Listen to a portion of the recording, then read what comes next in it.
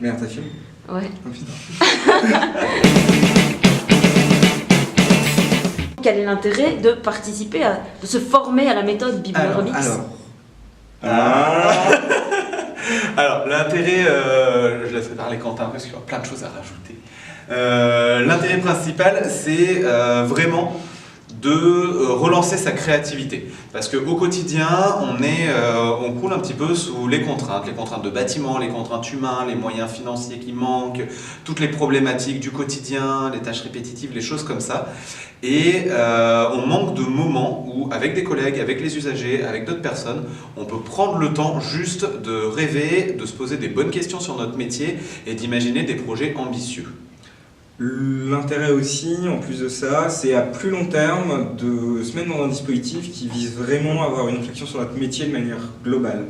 Et à travers tout ça, à travers les projets qu'on mène, de sentir un peu les thématiques importantes qui planent dans notre métier et d'essayer d'évoluer avec ça et de s'insérer dans un truc un peu positif et progressiste dans l'idée qu'on se fait des bibliothèques à l'heure actuelle. Tout à fait. Et d'une manière un peu plus pragmatique, c'est aussi un bon moyen d'apprendre des petites méthodes, des petits trucs qu'on va pouvoir utiliser dans la gestion de projet, elle, au quotidien. Que ce soit le brainstorming, le moyen de scénariser nos projets en se mettant du point de vue de l'usager, plein de petites méthodes, plein de petits trucs pour travailler en groupe et aborder ces projets, la création de ces projets de manière un peu moins plan-plan que d'habitude et en se sortant un petit peu du cadre, et ce qui généralement donne des meilleurs résultats par la suite. Et si vous deviez faire un compte-rendu de votre Biblio Road Trip Remix belge?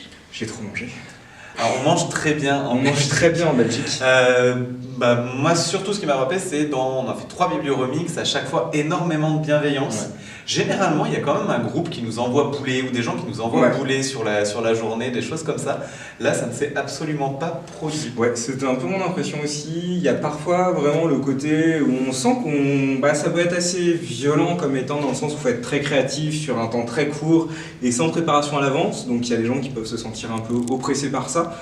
Et là, en 3 jours, on a quand même eu un truc où les gens ont su rester bienveillants, créatifs et ont su jouer le jeu tout le temps.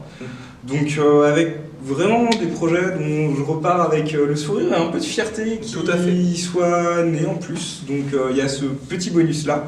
Et c'était quand même très chouette. Et si vous aviez des conseils à donner à toutes les personnes qui ont participé en 3 jours?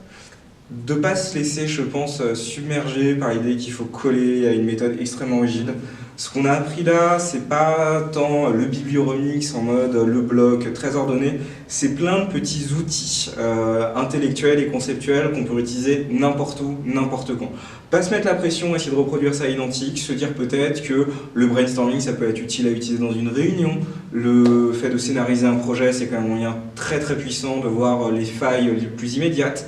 Bref, pas tomber dans une espèce d'orthodoxie remix, prendre ça pour ce que c'est, un outil pratique, utile et qui doit aller rester ludique et créatif et évoluer.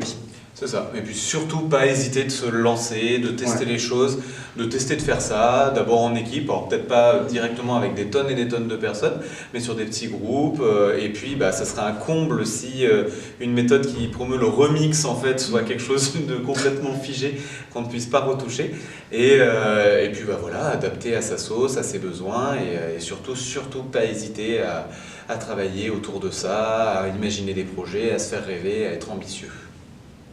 Merci. Merci à toi. Merci un dernier mot à ajouter? Je vais devoir sans doute passer une semaine en dialyse, à sortir tout ce sucre de mon corps. Et en tout cas, merci beaucoup pour l'accueil et toute l'organisation. C'était vraiment super chouette. Nous, on a mis les pieds sous la table et on a pu juste bien bosser, c'était cool. Merci à vous. Merci.